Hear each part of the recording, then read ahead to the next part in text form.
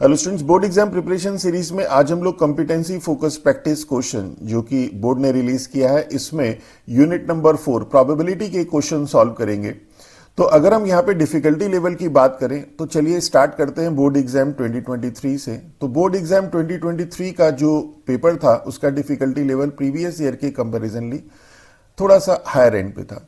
इसी तरह से अगर हम लोग बोर्ड एग्जाम पेपर 2024 की बात करें तो इसका डिफिकल्टी लेवल 2023 के कंपैरिजन में हायर एंड पे था। और अब अगर हम लोग बोर्ड एग्जाम पेपर 2025 की बात करें तो पेपर तो अभी हुआ नहीं, उसी की प्रिपरेशन है। इसके लिए काउंसिल ने एक तो स्पेसिमेन पेपर 2025 रिलीज किया। अगर इसके डिफिकल्टी लेवल की बात करें तो हम लोगों को जो फील हुआ वो हायर एंड पे है as compare to board exam paper 2024। और अगर हम लोग सीएफक्यू भी रिलीज किया, और अगर हम सीएफक्यू की बात करें तो देखिए डिफिकल्टी लेवल से मीनिंग क्या है, कैसे डिसाइड होती है कि आपने किसी टॉपिक के सारे कॉन्सेप्ट स्टडी कर लिए। अब आपको सारे कॉन्सेप्ट आते हैं, आपने प्रैक्टिस कर ली। अब प्रैक्टिस में जो क्वेश्चंस किए उनको सॉल्व करने के जितने भी मेथड थे, जितने भी एंगल से क्वेश्चंस को सॉल्व कर सकते थे, वैरायटी ऑफ क्वेश्चंस को सारे कर लिए।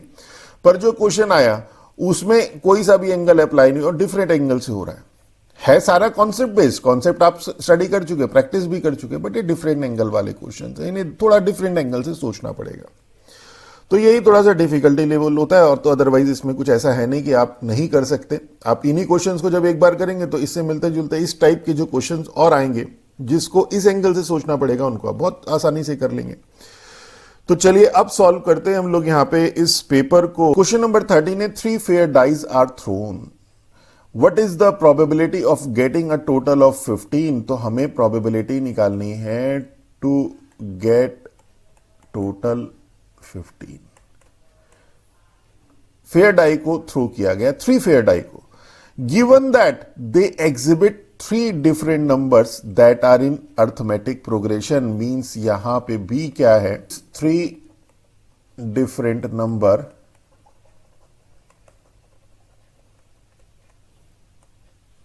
That are in AP.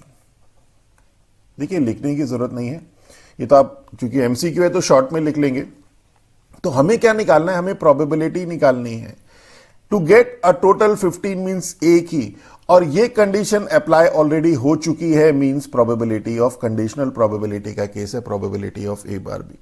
Normal course में देखिए हम लोग जब इसे स्टार्ट करते हैं तो क्या करते हैं कि सैंपल स्पेस और फिर n of S, this is 6 into 6 into 6, यहीं से स्टार्ट कर दिया 216। ओके, फिर ए निकला, इसमें सैंपल स्पेस के एलिमेंट लिखे, बी लिखा, फिर इसमें सैंपल स्पेस के लिखे।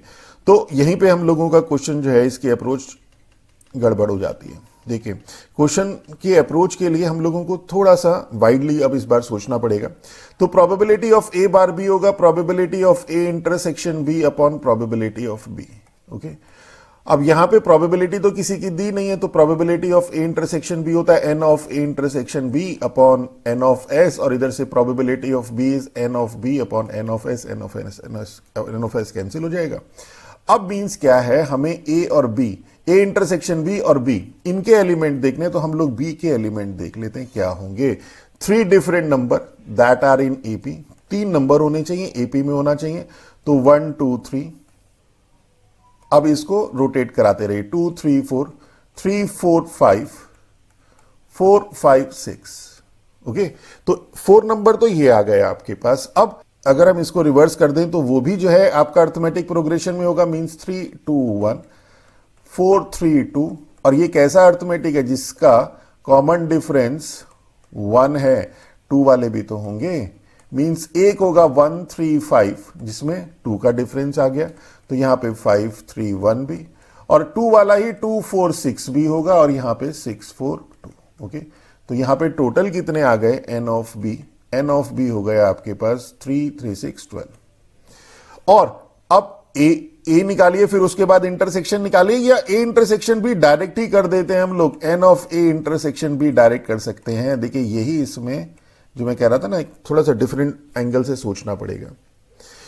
N of A intersection B, A क्या है, ए टू गेट टोटल 15, तो इस वाले को तो आप निकाल चुके हैं ना। अब इसमें से देख लीजिए कि टोटल 15 वाले कौन से हैं। तो टोटल 15 वाले ये नहीं है 4 5 9, एक तो ये है और एक ये है। और तो किसी में भी। तो ये दो एलिमेंट, इसमें ए में कितने ही एलिमेंट हो, पर जब हम उसका बी के साथ जब इंटरसेक्शन करेंगे तो कॉमन ही तो मिलेंगे। तो हमें बाकी एक एलिमेंट की जरूरत नहीं, सिर्फ कॉमन देख लिया तो n of A intersection B हो गया 2। तो probability of A bar B is equal to 2/12, that is 1/6। Okay, अब देखिए इस क्वेश्चन को जब आप, और इस टाइप का क्वेश्चन कोई और आएगा, अब आप उसे चुटकियों में कर देंगे। फर्स्ट टाइम कर रहे थे इसलिए थोड़ा सा आपको लोगों को लगेगा कि क्वेश्चन टफ है, but it is not tough. एक अप्रोच वाली बात है। नेक्स्ट हमारे पास क्वेश्चन नंबर 14 आता है, Rohit and Vishal, 2 below average student in a class are attempting a mathematics problem during revision class, their respective problem of solving this sum correctly are. तो probability of Rohit solve करे problem को 1/6, probability of Vishal solve करे 1/8। Their previous experience show that while solving the same question the probability of common mistake is 1/2। अब क्या है, मान लीजिए आपके पास क्वेश्चन है कि 2 × 4 8। अब रोहित की बारी आई, रोहित ने इसे 8 ही पढ़ा, विशाल ने इसे 8 ही पढ़ा। अब हमें क्या है, what is the problem, that they obtain the same answer. अब सेम आंसर कब आएगा, जब करेक्ट होगा दोनों, तब तो सेम आंसर आएगा ही आएगा। पर जब इनकरेक्ट होगा तो इनकरेक्ट के केस में देखिए, यहां पे इनकरेक्ट के केस में रोहित ने कहा कि सर ये तो 4 की जगह 3 पढ़ लिया, तो ये हो गया 6, और विशाल ने इस 2 की जगह 3 पढ़ लिया, तो 3 × 4 12 हो गया, तो मिसमैच हो गया ना, तो ये वाला तो नहीं चलेगा। इसी तरह से n नंबर ऑफ केसेस यहां पे आएंगे हमारे पास। पर एक केस ऐसा आएगा जहां पे रोहित और विशाल ने कॉमन मिस्टेक करे, मींस रोहित ने इसको पढ़ लिया 3 और विशाल ने भी इसको पढ़ लिया 3, और 3 × 4 12 कर दिया, मींस रोहित ने भी 12 कर दिया और विशाल ने भी 12 कर दिया। तो ये जो इतने सारे केसेस हैं, इसमें सिर्फ कौन सा केस लगेगा, ये वाला केस लगेगा। ओके, तो यहां पे आपके पास यही चीज हमारी समझने वाली है कि कॉमन मिस्टेक का मतलब है रिक्वायर्ड प्रोबेबिलिटी। अब कॉमन मिस्टेक यहां से ले लेते हैं, प्रोबेबिलिटी ऑफ कॉमन मिस्टेक। इसको अगर हम लोग लिख लें सी, तो ये है हमारे पास 1/10। अब हमें रिक्वायर्ड प्रोबेबिलिटी क्या निकालनी है, कि प्रोबेबिलिटी कि रोहित भी उसे करेक्ट कर दे और विशाल भी उसको करेक्ट कर दे। देखिए रोहित और विशाल की इंडिपेंडेंट इवेंट है, रोहित सही करेगा उससे विशाल को कोई फर्क नहीं पड़ेगा, विशाल सही करेगा उससे रोहित को कोई फर्क नहीं पड़ेगा, इंडिपेंडेंट है, डायरेक्ट ही कर दिया। अब क्या हुआ, रोहित ने रॉन्ग किया, मींस R बार, विशाल ने, प्रोबेबिलिटी ऑफ विशाल ने उसको रॉन्ग सॉल्व किया, और दोनों ने कॉमन मिस्टेक करी, मींस जैसे यहां पे आपके पास टोटल मान लीजिए 12 इवेंट है, इसमें से आपको सिर्फ यही वाली तो लेनी है, तो इनका, तो इसका और इसका जो इंटरसेक्शन है, तो यही चीज, सिर्फ ये वाला जो पॉइंट है ये ध्यान रखना है यहां पे। इसको थोड़ा डिफरेंट एंगल से क्वेश्चन ये है, तो प्रोबेबिलिटी ऑफ R 1/6 1/8। अब ये हो चुका है, R बार हो गया 5/6, V बार हो गया 7/8, डायरेक्ट ही कर दिया, और C हो गया 1/10। तो ये हो गया हमारे पास 480 और 10 + 35, that is 45/480, that is 9/96 is our answer, और 9/96 means D is our answer. चलिए नेक्स्ट देखते हैं। तो नेक्स्ट है आपके पास, in an examination a candidate take 3 test namely alpha beta gamma. 3 test, physics chemistry maths भी हो सकता था, इन सक्सेशन, एक के बाद पहले अल्फा फिर बीटा फिर gamma, and the probability of failing the first test alpha is 1/2। तो probability of alpha bar, alpha में फेल हुआ ना, तो हम मान लेते हैं कि जो अल्फा बीटा गामा है ये पास की है, तो अल्फा बार बीटा बार गामा बार फेल की हो जाएगी, ये दे रखी है 1/2।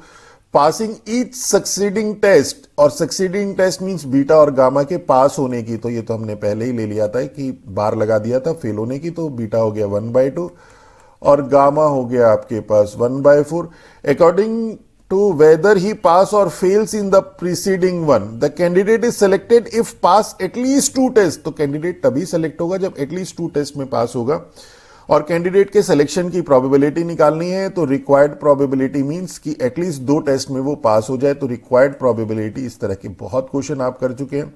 तो क्या हो जाएगा, प्रोबेबिलिटी ये अल्फा में वो पास हो गया, फर्स्ट टेस्ट में पास हो गया, और सेकंड टेस्ट में पास हो गया, और थर्ड टेस्ट में वो फेल हो गया। फिर इसी तरह से फर्स्ट टेस्ट में पास, सेकंड टेस्ट में फेल, और थर्ड टेस्ट में पास। एटलीस्ट वाला केस है, फर्स्ट टेस्ट में फेल, सेकंड में पास और थर्ड में पास, और तीनों में पास मींस अल्फा, बीटा और गामा। अब इनको सिंपल वैल्यू देखिए, यहां पे 1/2 है तो इसका अल्फा भी 1/2 होगा, बीटा 1/2 तो इसका बीटा बार भी 1/2 होगा, सिर्फ ये गामा और गामा बार में फर्क होगा। तो फटाफट यहां कर देते हैं 1/2 1/2, मतलब इन दोनों के लिए तो देखने की जरूरत ही नहीं है वैल्यू। देखिए क्वेश्चन सॉल्व कराने के साथ साथ हम आपको किस तरह से आपको सोचना है वो भी बता रहे हैं। और गामा बार हो जाएगा आपका 3/4 1/2 1/2। देखिए इसको देखने की जरूरत नहीं है, बीटा 1/2 बीटा बार भी 1/2 होगा, सिर्फ गामा देखिए कि गामा है कि गामा बार है, यहां गामा है। इसी तरह 1/2 1/2 1/4 1/2 1/2 और 1/4। अब इसको सॉल्व कर लीजिए।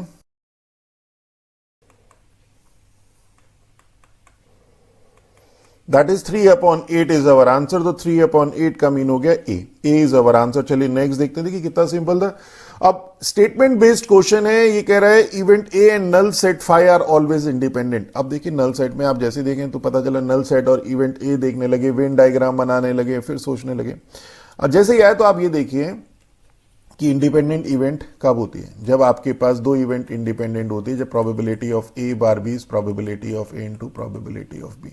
अब चेक कर लेते हैं ए इंटरसेक्शन फाई क्या होगा, इज फाई, और प्रोबेबिलिटी ऑफ फाई 0, और probability of A into probability of phi check कर लेते हैं। प्रोबेबिलिटी ऑफ फाई 0 होता है तो probability of A into 0 that is 0। It means कि ये और ये दोनों सेम आ गए। तो it means probability of A intersection phi is equal to probability of A probability of phi. तो जिनको ये क्वेश्चन टफ लग रहा था, अब देखेंगे कि इस टाइप के क्वेश्चन आएंगे तो आप चुटकियों में कर देंगे। तो बस इसी तरह A and sure event S, इसको भी इसी तरह से चेक कर लेते हैं। ए इंटरसेक्शन एस करेंगे तो प्रोबेबिलिटी ऑफ ए होगा, और probability of A intersection S करें, A into probability of S करेंगे तो probability of A probability of S तो 1 होता है ना, तो probability of A it means this is equal to this, ये भी प्रोबेबिलिटी ऑफ ए, तो इट मींस ये भी ट्रू है। तो it means both the statement are true, तो A is the right answer. अब देखिए 38 क्वेश्चन नंबर 38 एजर्शन और रीजन का क्वेश्चन है। E1 and E2 are mutually exclusive. Mutually exclusive है तो probability of E1 intersection E2 ये आपका 0 होता है, ये हमें पता है अगर म्यूचुअली एक्सक्लूसिव है। तो देखिए रीजन दिया है 40 mutually exclusive event this is equal to 0, ये हमें पता है। पर अब हमें ये बताना है कि क्या ये इसका एजर्शन का रीजन है कि नहीं है। अब एजर्शन क्या कहता है कि probability of E1 union E2 upon E।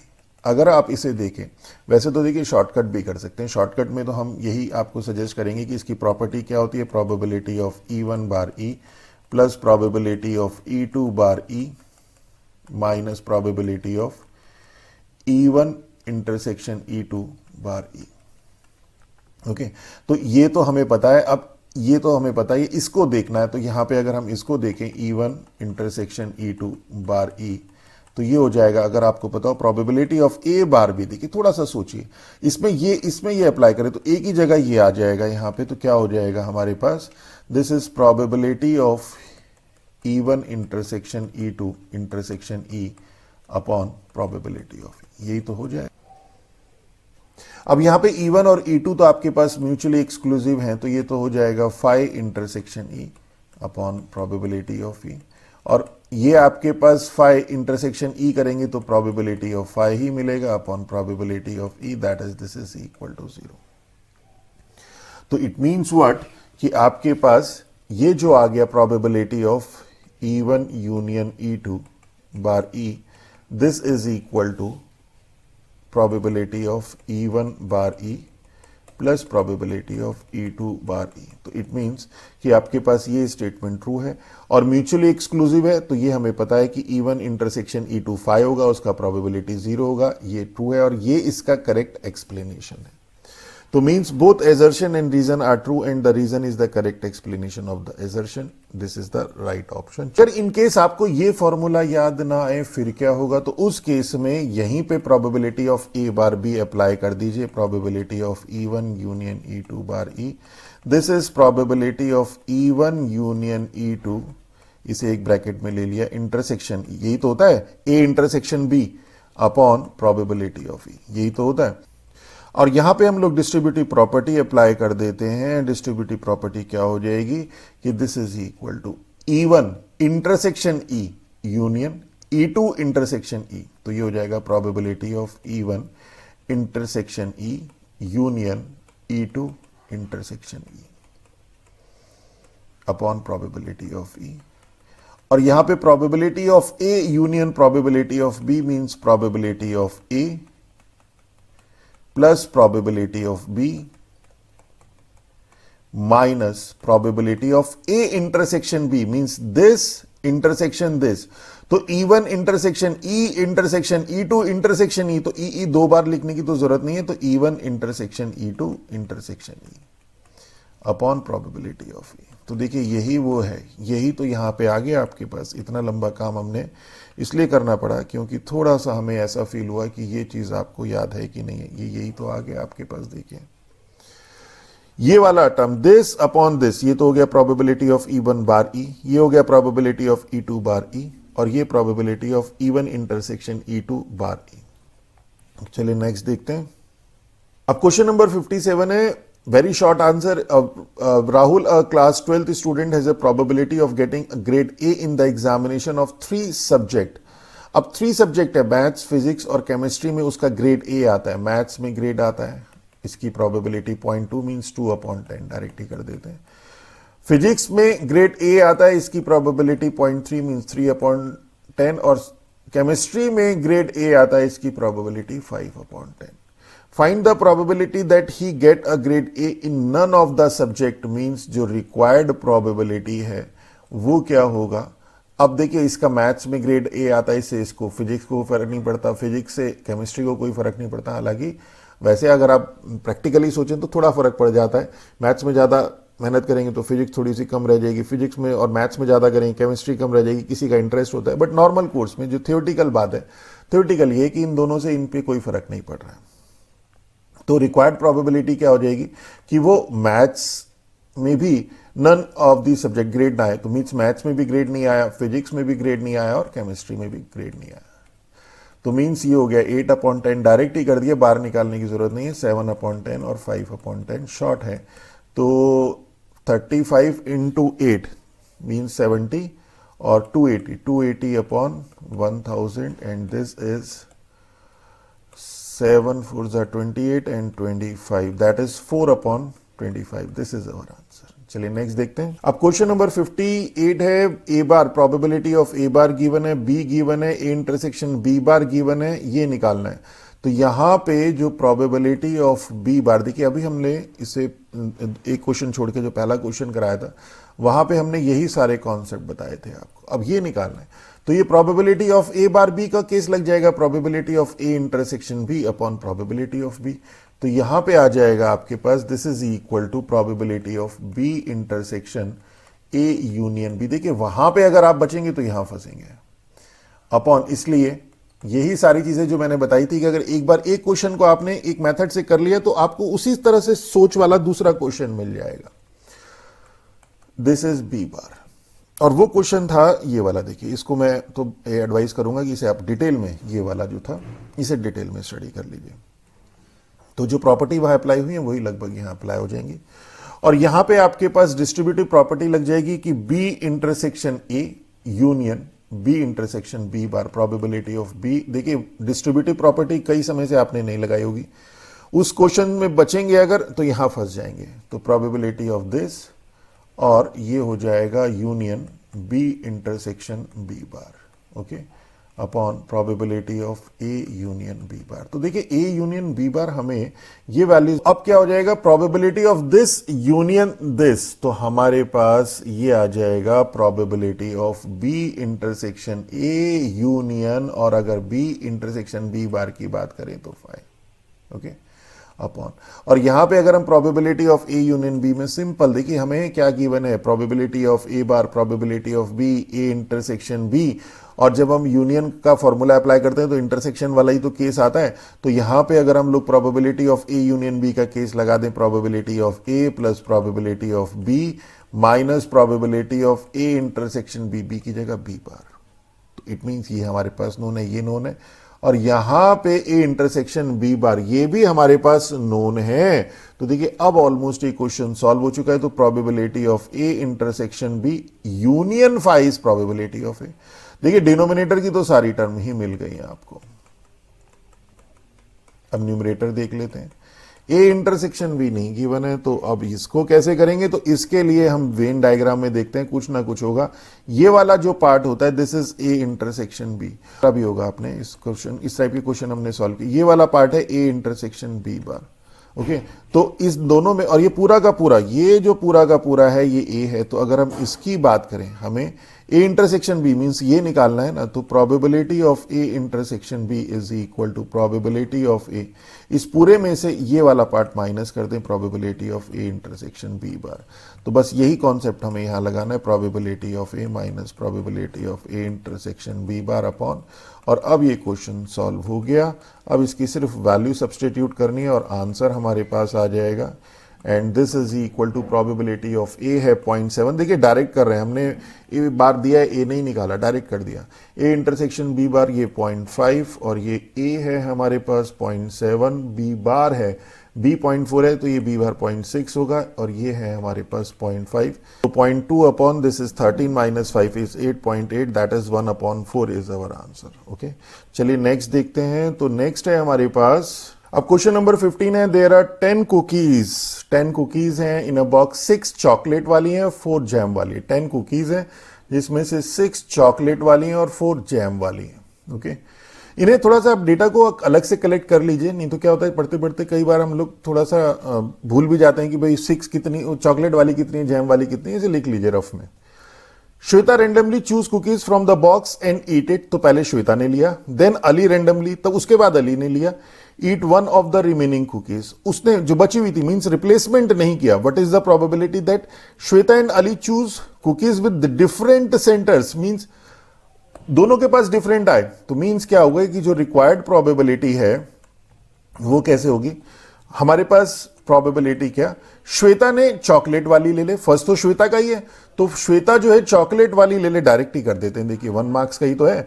तो टोटल आपके पास 10 है, उसमें से श्वेता ने चॉकलेट वाली ली तो 6/10, और अब अली ने ली तो एक तो ऑलरेडी निकल चुकी है, बची 9, और अली ने 4 वाली लेनी, क्योंकि दोनों को डिफरेंट लेनी है। इसी तरह से या फिर एक, तो ये होगा दूसरा केस क्या बनेगा कि श्वेता जैम वाली पहले ले ले, तो टोटल 10 है, 4 में से एक ले ले, तो अली के पास क्या होगा, टोटल 9 बचेगी, और उसे लेनी किस में से, चॉकलेट वाली में से लेनी है, मीन 6/9। ओके, तो यही तो आंसर है इसका, 90, 24 + 24 that is 48, that is this is 24 और 45, तो 24/45 is our answer. Okay, question simple है। अब क्वेश्चन नंबर 60 है, अच्छा क्वेश्चन है, बायस्ड है। देखिए ध्यान रखिए, बायस्ड है, अनबायस्ड नहीं, अनबायस्ड होता तो इक्वल लाइकली हो जाती है सभी की। Tossed and respective probability of various faces, इसीलिए फेसेस की प्रोबेबिलिटी भी दी है, 1 आने की, 2 आने की, क्योंकि डिफरेंट ही होगी ना, अगर अनबायस्ड होता तो 1/6 हो जाती। If an odd faces has turned up, then what is the probability that it is face 1 और 3, कंडीशनल प्रोबेबिलिटी का केस है। तो पहले हम इवेंट ही लिख लेते हैं, जैसे हम लोगों ने स्टार्टिंग वाले क्वेश्चन में किया था। ए है हमारे पास odd face turned up, okay, और बी क्या है, what is the probability that it is face 1 और 3, फेस 1 और फेस 3। अब हमें क्या निकालना है, हमें निकालना है बी की probability. If an odd faces has turned up means A हो चुका है, तो ये जैसे हमने वहां पे किया था, वहां तो किया था हमने A intersection B upon n of A. क्यों किया था वहां पे, क्योंकि वहां पे आपके पास नंबर ऑफ इवेंट्स गिवन थी, यहां पे आपके पास प्रोबेबिलिटी गिवन है, तो यहां पे हम probability of A intersection B upon probability of A ये अप्लाई करेंगे। ओके, तो देखिए यही आप लोगों को इसी तरह से सोचना है चीजों को। तो यहां पे क्या आ जाएगा आपके पास, probability of A intersection B upon probability of A. अब probability of A intersection B, इन दोनों का जब हम इंटरसेक्शन करेंगे कि ऑड फेसेस है टर्न अप और फेस 1 और 3, तो फेस 1 और 3 तो मिलेगा प्रोबेबिलिटी ऑफ फेस, या बी ही कर देते हैं, या चलिए फेस 1 और 3, यही तो हो गया। ए इंटरसेक्शन बी मींस यहां लिख देते हैं, चलिए B upon probability of A, face 1/3, और ये प्रोबेबिलिटी ऑफ ए हो गया ऑड फेसेस। और अब कर दीजिए फेस 1 और 3, 1 का है 0.10 और 3 का है 0.19, और ऑड फेसेस का आपके पास 1 का है 0.10, 3 का है 0.19 और 5 का है आपके पास 0.15। Then this is 9 to 0.29 upon 29 plus 5, 34, 44, 44. That is, this is 29 upon 44 is our answer. देखिए कितना सिंपल क्वेश्चन है, सिर्फ सोचना है कि किस एंगल से हमें सोचना है क्वेश्चन को सॉल्व करने के लिए। अब आपके पास लॉन्ग आंसर आ गए 4 मार्क्स के। Pot contain 5 red, 2 green ball. A random ball is drawn from this pot. If a drawn ball is green, then put a red ball in the pot. Means ये कुछ इस तरह का है जैसे हम लोगों ने क्वेश्चन भी किया था कि हमारे पास यहाँ पे बॉल है, फिर यहां से हमने बॉल निकाली और यहां पे सब्स्टिट्यूट कर दी। 2 पॉट थे हमारे पास, तो हम लोगों के पास, और उसके while the drawn ball is not replaced in the pot, now we draw another ball. उसके बाद दूसरी बॉल निकाली, यहां से दोबारा निकाली, तो अब आपको समझ में आ गया होगा कि कंडीशनल प्रोबेबिलिटी का केस है यहां पे। तो यहां तो टोटल लॉ ऑफ प्रोबेबिलिटी या बेस थ्योरम, दोनों में से कोई एक लगेगा। तो देखते हैं, फिलहाल हमने बताया था आपको, इसका डायग्राम बना लीजिए। तो पॉट कंटेन 5 रेड, अब यहां पे आपके पास एक पॉट है जिसमें 5 रेड है और 2 ग्रीन बॉल है। A ball is drawn at random, ball is drawn from this pot. अब यहां से एक बॉल निकाली, तो वो बॉल जो है ग्रीन हो सकती है और वो बॉल आपके पास रेड हो सकती है। If drawn ball is green, अगर ग्रीन है तो क्या किया हमने, then put a red ball in the pot. तो इसी पॉट में रेड बॉल डाल दीजिए, तो ग्रीन तो निकाल ली, तो रेड हमारे पास एक बढ़ गई, जबकि ग्रीन हमारी एक निकाल चुके हैं। और यहां से जब हमने रेड निकाली तब क्या किया, while drawn ball is not replaced in the pot, if the ये रह गया, if the drawn ball is red, अगर रेड निकाली, then put a green ball in the pot। यहां से अगर आप रेड निकाल रहे हैं तो यहां पे आप ग्रीन पुट करिए, तो मींस रेड तो एक कम हो जाएगी और ग्रीन एक बढ़ जाएगी, 3 ग्रीन हो जाएगी। मींस नंबर ऑफ बॉल तो सेम ही रखी, हर एक केस में 7। Now we draw another ball randomly. देखिए ये सिर्फ एक बार डायग्राम बन गया ना, तो ये चुटकियों में क्वेश्चन सॉल्व हो जाता है। फिर हमने दोबारा बॉल निकाली, another ball. What is the probability that second drawn ball is red. यहां पे आपको रेड बॉल की प्रॉपर्टी इसकी निकालनी है। तो रेड के लिए हमने मान लिया ये इवेंट ए है, ओके। और ये जो ग्रीन है इसकी इवेंट हमने मान लिया E1, और ये जो रेड हमने निकाली इसकी इवेंट मान ली E2। हमें क्या निकालना है, हमें रेड बॉल निकालनी। अब रेड बॉल यहां से भी आ सकती है, यहां से आ सकती है मींस जब E1 इवेंट हो चुकी है, और यहां से भी आ सकती है कब, मींस E2 इवेंट हो चुकी है। बस अब ये क्वेश्चन सॉल्व हो गया। तो probability of A is equal to probability of A bar E1, ये E1 है, into probability of E1 plus probability of A bar into probability of E2, total of probability. अब ये निकाल लेते हैं। तो यहां पे प्रोबेबिलिटी ऑफ E1 क्या होगा, आपके पास E1 का मतलब हमने ग्रीन बॉल निकाली है, तो टोटल हमारे पास 7 है, ग्रीन हमारे पास 2 है, तो 2/7। प्रोबेबिलिटी ऑफ E2 क्या होगा, रेड निकाली है तो हमारे पास टोटल 7 है, 5 में से 1, 5 रेड है, इसमें से 1 लेनी है। A bar probability of A bar E1 क्या होगा, यहां से हमें रेड लेनी है यहां से, तो टोटल तो 7 है और 6 में से 1 लेनी है। और probability of A bar E2 क्या होगा, हमारे पास रेड लेनी है तो टोटल 7 और 4 में से 1 लेनी है। तो रिक्वायर्ड प्रोबेबिलिटी, अब डायरेक्ट कर रहे हैं, देखिए लैंग्वेज आप लिख लीजिएगा, बहुत क्वेश्चन करा चुके specimen paper, board exam paper. तो ये हो जाएगा दिस, जैसे बताया आपको कि this into this plus this into this, तो ये हो गया आपके पास, लिख भी लीजिएगा, by total of probability 6/7 plus 5/7 into 4/7, that is 49, 12 plus 20, that is 32, 32/49 is our answer। तो क्वेश्चन सिंपल है। चलिए नेक्स्ट देखते हैं। अब क्वेश्चन नंबर 109 है, Rahul and Divya were playing the snake and ladder board game खेल रहे हैं, स्नैक लैडर वाला। Each had their own dice to play the game, दोनों के पास अपनी अपनी डाइस है, दिव्या के पास अपनी है, राहुल के पास और दिव्या के पास अपनी है। Rahul was using a red dice, Rahul के पास रेड है, Divya was using a black, Divya के पास ब्लैक है। In beginning of the game they were using their own dice, दोनों अपनी अपनी डाइस यूज कर रहे हैं। After some time, in order to play the game faster, they both started using both the dice together. अब कुछ समय के बाद किया है इन्होंने, राहुल ने और दिव्या ने, दोनों डाइस यूज करनी शुरू कर दी, मींस रेड भी और ब्लैक भी और रेड भी और ब्लैक भी। तो यहां पे जो उनको नंबर 1 to 6 मिल रहे थे, यहां पे अब उनको क्या हुआ, 2 से 12 तक मिलने लगे, तो फास्टर तो हो ही गया। When Divya rolled both red and black dice together, अब दिव्या ने दोनों डाइस, दिव्या ने रेड और ब्लैक डाइस दोनों को एक साथ थ्रो किया, तो क्या हुआ, ए। फाइंड द कंडीशनल, दिया कंडीशनल प्रोबेबिलिटी है, तो मींस 2 होंगे। सम ग्रेटर देन 9, ए अगर हम मान लें सम ग्रेटर देन 9, तो इसमें एलिमेंट कितने हो जाएंगे हमारे पास? ग्रेटर देन 9 का मींस 4 से शुरू होगा, 9 तक नहीं होगा। 4 6, 4 से कम अगर हम 3 लेते हैं यहां पे, तो 3 के साथ 7 लेना पड़ेगा, तो मींस फर्स्ट एलिमेंट मिनिमम 4 होगा। 4 6 5 और 6 4, तो ये तो 10 वाले हो गए। ये तो 9 से ग्रेटर में 10, 11 भी तो हो सकता है। तो 11 के लिए क्या होगा? 5 6 और 6 5, 12 भी तो हो सकता है, मीन 6 6, तो यही तो हो गए।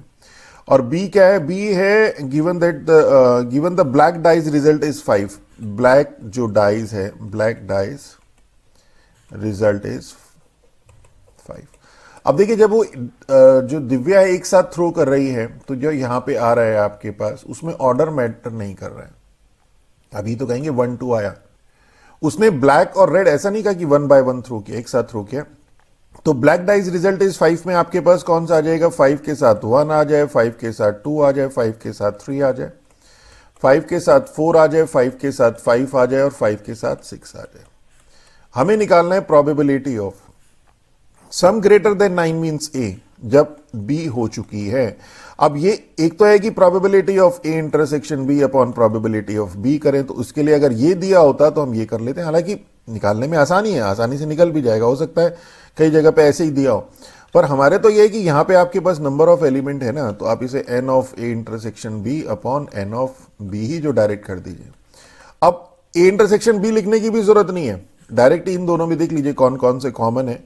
तो ये 5 वाला देख लेते हैं, तो एक तो 5 वाला ये है और एक 5 वाला ये है, इसमें सब में 5 है, तो इसमें देख लीजिए 5 वाला और कौन सा है, तो 2 हो गए, तो मींस 2 अपॉन, और बी कितने हैं? 1 2 3 4 5 6, 6 means 1 upon 3 is our answer. देखिए कितना सिंपल क्वेश्चन है, कितना लंबा था। बी क्या कहता है? Find the conditional probability that the sum of the number on the dice is not 4, sum 4 नहीं होना चाहिए। तो ए अगर आपके पास है सम इज नॉट 4, तो इसके एलिमेंट नहीं लिखते, ए डैश आ जाएगा, ए डैश आ जाएगा, सम इज 4। तो 4 के एलिमेंट आ जाएंगे हमारे पास। 4 के कौन से होंगे? 1 3 2 2 और 3 1, यही तो होंगे 4 के। टोटल हमें पता है, टोटल होते हैं 36, तो 36 में 3 आपके पास यहां पे आ गए, तो यहां से एन ऑफ ए हमें पता चल गया कि हमारे पास 36 माइनस 3 दैट इज 33 है। इतना तो हमें इंफॉर्मेशन मिल ही गई, बाकी बाद में देखेंगे जो चीज मांगी होगी। Given that the number on the both the dies are different, अब बी क्या है आपके पास? Number on both, number are different on both dies, तो ये क्या हो जाएगा? ये हो जाएगा आपके पास 1 1 1 1 नहीं होगा, 1 2 1 3 और 1 6, 2 1 और 2 2 छूट जाएगा, 2 3 और 2 6 और फिर 3 1, और इसमें 3 2 3 3 छूट जाएगा, 3 2 3 4 और 3 6, 4 1 4 3 4 4 छूट जाएगा, 4 5 4 6 और फिर 5 1 5 2 और 5 4 और 5 5 छूट जाएगा, 5 6 और फिर 6 1 से लेके 6 5 तक। मींस अगर आप ध्यान दें तो टोटल 36 थे, तो यहां पे आपके पास लिखना चाहे लिखिए, मत लिखना चाहे मत लिखिए, हमने लिख दिया। 36 में से 6 माइनस हो गए, मींस 30। अब हमें क्या निकालना है? प्रोबेबिलिटी ऑफ,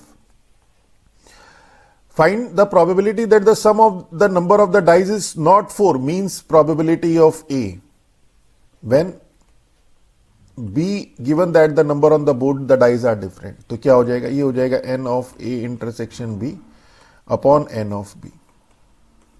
ओके, अब ए इंटरसेक्शन बी देख लेते कितना होगा। अब ए हमारे पास, ये थोड़ा सा सोचने वाला आता है, ए हमारे पास ये है जो कि हमने मेंशन नहीं किया, बहुत सारे थे ना इसलिए नहीं लिखा, और बी हमारे पास ये, एक एक करके करेंगे तो बहुत टाइम लग जाएगा। हम क्या करते हैं, इस बी में देखते हैं कि जो ए में ना आ रहा हो, सम is not 4, some is not 4, सिर्फ वो हटा देते हैं। तो सम इज नॉट 4 मींस, तो ये हट जाएगा हमारे पास, इसमें 2 2 तो है ही नहीं, और एक ये हट जाएगा 3 1 वाला, तो यही दो केस हटेंगे। तो हमारे पास टोटल हमारे पास 30 थे, तो n of a intersection b ये हो गया हमारे पास 28, तो ये हो गया 28/30। This is our answer. तो इसे हम लोग 14/15 भी लिख सकते हैं। देखिए क्वेश्चन सिंपल है, क्वेश्चन सिंपल है, अप्रोच आपको देखनी है। और भी बहुत सारे, हम इसे इस तरह से भी कर सकते थे, a'(b), ये इसे इस तरह से भी लिख सकते थे, इसी को कर देते हैं। चलिए ये method 2, probability of a bar b is equal to 1 minus probability of a dash bar b। अब probability of a dash bar b कैसे हो जाएगा, 1 minus n of a dash intersection b upon n of b। This is equal to 1 minus a dash कितना, a dash में तो 3 ही element है ना, इनका इंटरसेक्शन जब b के साथ करेंगे मींस डिफरेंट नंबर, तो डिफरेंट नंबर तो आपके पास 2 ही है ना, तो 2 अपॉन, और n ऑफ b तो हमें पता ही है, n ऑफ b हमारे पास 30 है। इसके लिए तो ये लिखने की भी जरूरत नहीं है, तो मीन्स 1 माइनस 1/15 दैट इज 14/15। ये भी एक मेथड है। तो there are n number of methods. चलिए नेक्स्ट देखते हैं। इसमें यहाँ पे थोड़ा टाइम लग गया, वहां पे जब आपकी प्रैक्टिस होगी तो ये जरूरी नहीं कि आप इसे लिखें। चलिए नेक्स्ट देखते हैं। अब क्वेश्चन नंबर 122 है, in a kabaddi league 2 matches are being played between Jaipur and Delhi. Jaipur और दिल्ली के बीच में हमारे मैच खेले गए, जयपुर और दिल्ली के बीच में 2 मैच है, मैच 1 और match 2। It is assumed that outcome of 2 games are independent, means match 1 में कौन जीतता है कौन हारता है उससे मैच 2 के रिजल्ट पे कोई फर्क नहीं पड़ेगा। The probability of Jaipur winning, अब जयपुर के विनिंग की, ड्रॉइंग की और लूजिंग की प्रोबेबिलिटी दी है, दिल्ली की नहीं दी है। तो जयपुर का दिया है तो दिल्ली का उसका जो है कॉम्प्लीमेंट हो जाएगा। तो जयपुर की प्रोबेबिलिटी दी है। Each team get 5 points for win. अब विनिंग में 5 पॉइंट्स मिलते हैं और प्रोबेबिलिटी भी कह दी कि जयपुर विन करेगा, इसकी प्रोबेबिलिटी लिख लेते हैं। और ड्राइंग करता है, जयपुर ड्रॉ कर देता है, इसकी प्रोबेबिलिटी है 3/10। और प्रोबेबिलिटी ऑफ दिल्ली ये losing means probability Jaipur lose कर जाता है, इसे शॉर्ट से भी हम लोगों ने डिफाइन कर दिया, JL मींस जयपुर लूज कर गया, और ये हो गया इसकी प्रोबेबिलिटी 1/5। और क्या कहता है, each team get 5 points for win. तो विनिंग में आपके पास 5 पॉइंट्स हैं और 3 पॉइंट्स फॉर ड्रॉ। ड्रॉ में आपके पास पॉइंट्स हैं, और जब लूज करेंगे तो 0 पॉइंट। लॉस में आपके पास 0, लूज कर गया तो 0 मार्क्स। तो after the 2 games find the probability that Jaipur has more points और equal points. So means points हम लोगों को कैलकुलेट करने हैं। तो पॉइंट्स के लिए अगर हम यहां पे देखें कि दिल्ली और जयपुर की टीम है, मैच 1 और मैच 2 की बात करें, मैच 1 और मैच 2 की बात करें, और मार्क जी यहां पे हमारे पास जयपुर की ही तो प्रोबेबिलिटी दी है, तो जयपुर से ही हम लोग कंसर्न करते हैं, और उसका जो कॉम्प्लीमेंट है वो हम मान लेंगे कि वो दिल्ली के लिए एप्लीकेबल होगा। जयपुर विन कर जाए, पहला मैच ऐसा हो सकता है जयपुर विन कर जाए, या तो दूसरे वाले मैच में क्या हो सकता है, दूसरे वाले मैच में जयपुर विन कर सकता है, जयपुर लूज भी कर सकता है। यहां पे देखिए जयपुर, पहले मैच के जयपुर विन करने की कितने केस होंगे, और यहां पे जयपुर ड्रॉ, 3 केस होंगे। देखिए जयपुर विन जब करेगा तो जयपुर दूसरे मैच में जयपुर विन कर सकता है, जयपुर लूज कर सकता है, जयपुर ड्रॉ खेल सकता है। हमने इसे अलग अलग बना दी। इसी तरह से फर्स्ट मैच में अगर जयपुर लूज कर जाए तो फिर से 3 जयपुर सेकंड मैच में विन कर सकता है, जयपुर लूज कर सकता है और जयपुर ड्रॉ खेल सकता है। देखिए आपको एक सीक्वेंस पकड़ के चलनी पड़ेगी, तीनों केस जयपुर लूज के। तीसरा, अगर जयपुर फर्स्ट मैच ड्रॉ कर जाए तो फिर वही होगा, दूसरा मैच जयपुर विन कर सकता है, जयपुर लूज कर सकता है, जयपुर ड्रॉ कर सकता है। ये तीनों ही केस जब फर्स्ट मैच जयपुर ड्रॉ कर जाए। अब हमारे पास क्या हो गया, पॉइंट्स की बात कर रहे हैं, तो पॉइंट अगर हम लोग एक्स मान ले जयपुर के पॉइंट, जयपुर पॉइंट, और पॉइंट वाई मान ले हम लोग दिल्ली के पॉइंट। तो अब टेबल देख के पॉइंट निकाल देते हैं। इसे थोड़ा सा यहां पे जो पॉइंट है ना, इनको थोड़ा सा ध्यान से फटाफट अपनी मेमोरी में फिट कर लीजिएगा। जयपुर विन 5, जयपुर विन 10, तो यहां 10 हो गए। तो दिल्ली के लिए 0 0 0, जयपुर विन 5, जयपुर लूज 0 तो 5, और दिल्ली के लिए भी 5 हो गए। यहां पे 5 यहां पे 0 मिल गया दिल्ली को, यहां पे 5 मिल गया। जयपुर विन 5, जयपुर ड्रॉ 3 8, तो दिल्ली यहां पे 0, यहां पे 3, तो ये 3 हो गया। जयपुर लूज हमारे पास 0 और जयपुर विन 5, तो यहां 5 हो गया। और यहां पे क्या हुआ, यहां पे दिल्ली जीत गया, मींस 5, और यहां पे 0, ये 5। जयपुर लूज 0, जयपुर लूज 0 0, यहां पे दोनों ही मैच दिल्ली विन कर गया। जयपुर लूज 0, जयपुर ड्रॉ, तो यहां पे 3 हो गया, और पहले मैच में दिल्ली विन 5 और दूसरा draw 3, 8। Jaipur draw 3, Jaipur win 5 means 8। तो फर्स्ट मैच दिल्ली ड्रॉ खेला तो 3, जयपुर ड्रॉ 3, जयपुर लॉस 0 तो मींस 3। तो यहां पे दिल्ली ड्रॉ 3, दिल्ली विन 5, 8, और Jaipur draw Delhi draw means यहां पे तो दोनों का 6 और 6 आएगा। तो ये मार्क्स हो गए। वह अब ये क्वेश्चन सॉल्व हो चुका है। ए कहता है कि Jaipur has more point than Delhi, probability of X is greater than Y. आप देखिए एक्स इज ग्रेटर देन 1 का वाई कहां पे, एक तो यहां पे है ये 10 और ये 0, एक यहां पे है ये 8 और ये 3, और एक यहां पे ये 8 और ये 3। तो ये कब होगा, पहले वाला 10 और 0 जब फर्स्ट मैच जयपुर विन कर जाए और सेकंड मैच जयपुर विन कर जाए, और फर्स्ट मैच जयपुर विन कर जाए, सेकंड मैच जयपुर ड्रॉ कर जाए, और फर्स्ट मैच जयपुर ड्रॉ कर जाए और सेकंड मैच जयपुर विन कर जाए। अब देखिए जयपुर की, इसीलिए हम लोगों ने सारे केस यहां पे जयपुर से कंसर्न किए क्योंकि प्रोबेबिलिटी जयपुर की दे रखी थी। तो जयपुर विन कर जाए 1/2, और यहां पे जयपुर विन कर जाए 1/2, जयपुर विन कर जाए 1/2, जयपुर ड्रॉ कर दे 3/10, जयपुर ड्रॉ कर दे 3/10, जयपुर विन कर जाए 1/2 मींस यहां पे आ गया आपके पास 20।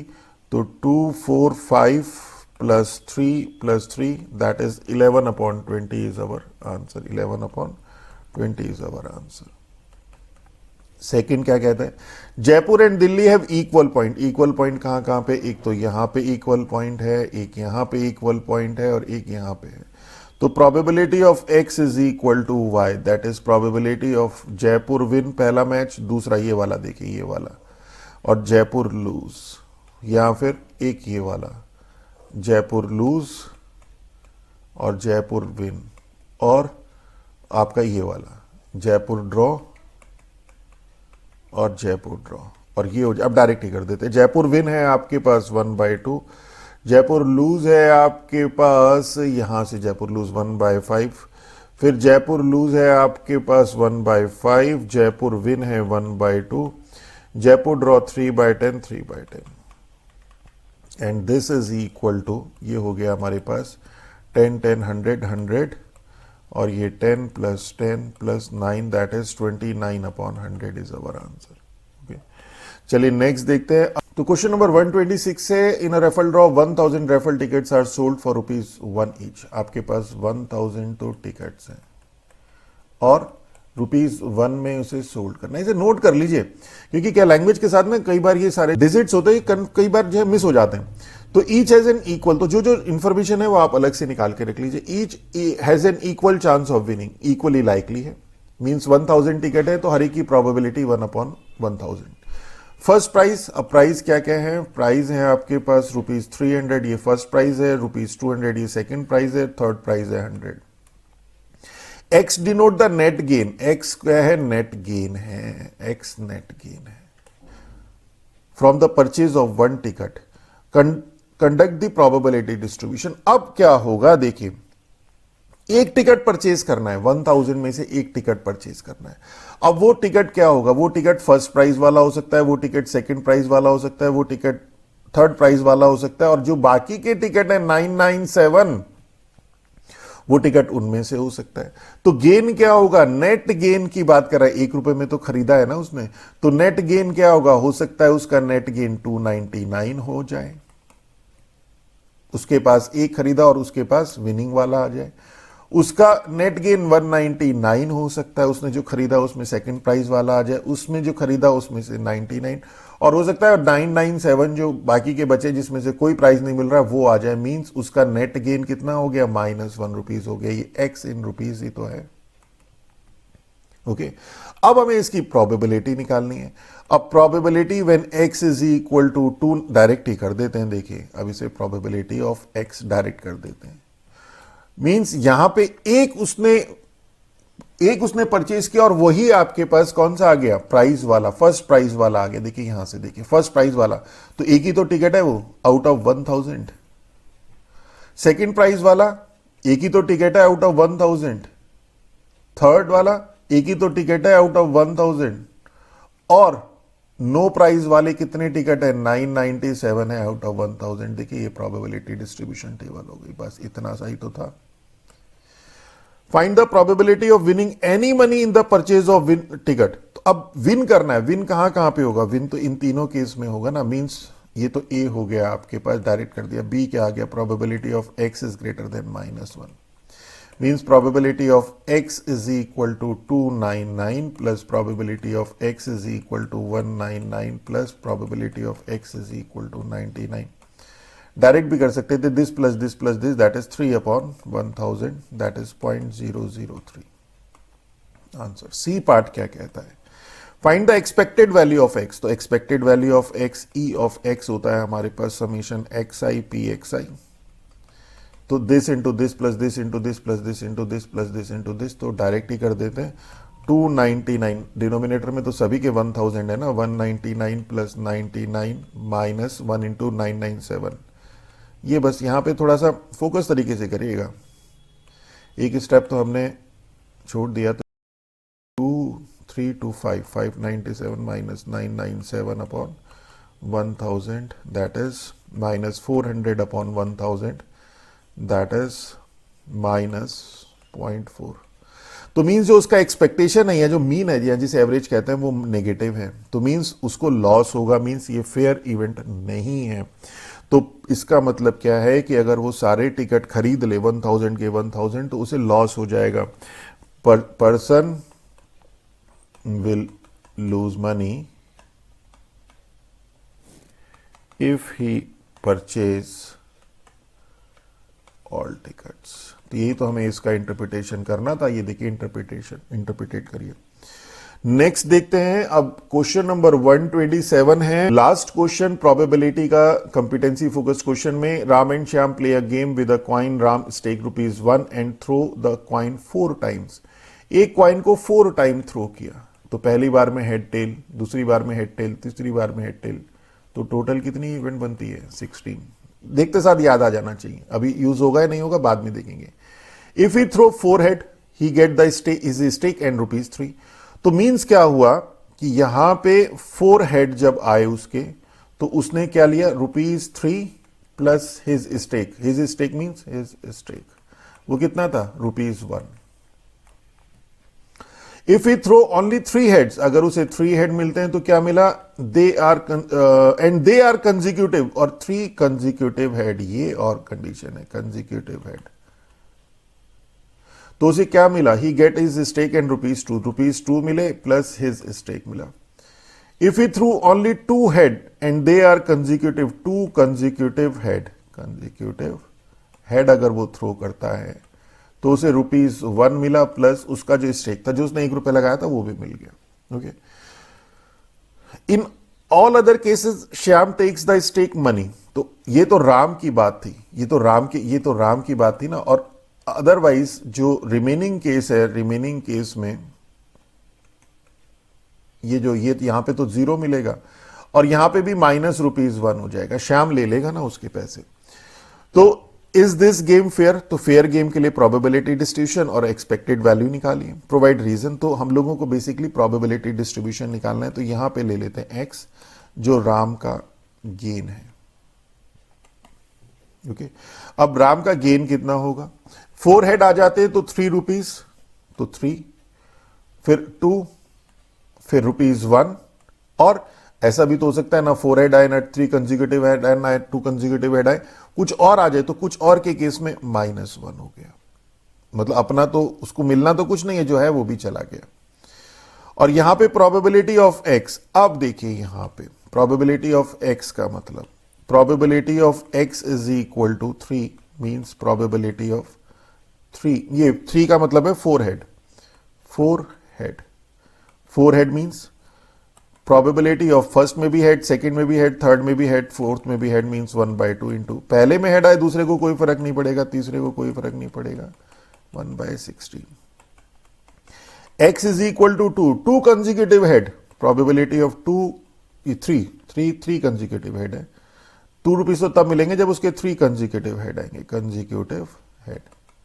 और कंजिक्यूटिव हेड क्या हो गया, प्रोबेबिलिटी ऑफ हेड टेल, और probability of tail head head head, यही तो दो केस बनेंगे।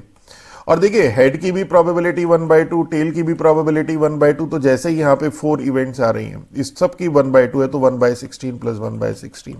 अब इतनी प्रैक्टिस हो जानी चाहिए आपको। 2/16 मीन्स 1/2, 1/2, 1/2, फिर इसका कॉम्प्लीमेंट 1/2, 1 माइनस 1/2 करें। अब आई थिंक उस सब चीज़ों से आपको थोड़ा सा वो सारी चीज़ें कॉन्सेप्ट क्लियर होते हुए आपको नेक्स्ट फेज में आना चाहिए। इसी तरह से probability of x is equal to 1 means net gain 1 rupees है, तो 1 rupees means 2 consecutive head, 2 consecutive head का मतलब probability of head head tail tell.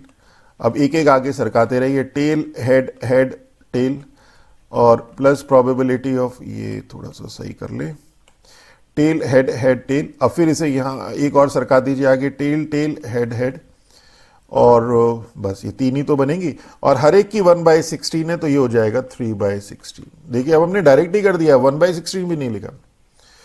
और नेक्स्ट है हमारे पास -1, probability of x is equal to -1 means rest of the cases, तो rest of the cases is 1 minus probability of 2 consecutive head और 3 consecutive head और 4 head, यही तो होगा। और ये जो इवेंट है ये वाली आपस में म्यूचुअली एक्सक्लूसिव है। This is 1 minus this plus this means 1/16 plus 1/8 plus 3/16। इसे भी 2/16 ही कर लेते हैं अभी, तो ये हो जाएगा 16 minus 3 to 516, 6/16, that is 10/16। Okay, तो अब आपके पास जो टेबल है ये वाली जो टेबल है, ये जो टेबल है, ये टेबल आपकी कंप्लीट हो गई है। और टेबल कैसी है आपके पास कि ये हो गया 1/16, ये हो गया 1/8, 1/8 को 2/16 ही कर देते हैं, ये हो गया 3/16 और ये हो गया 10/16।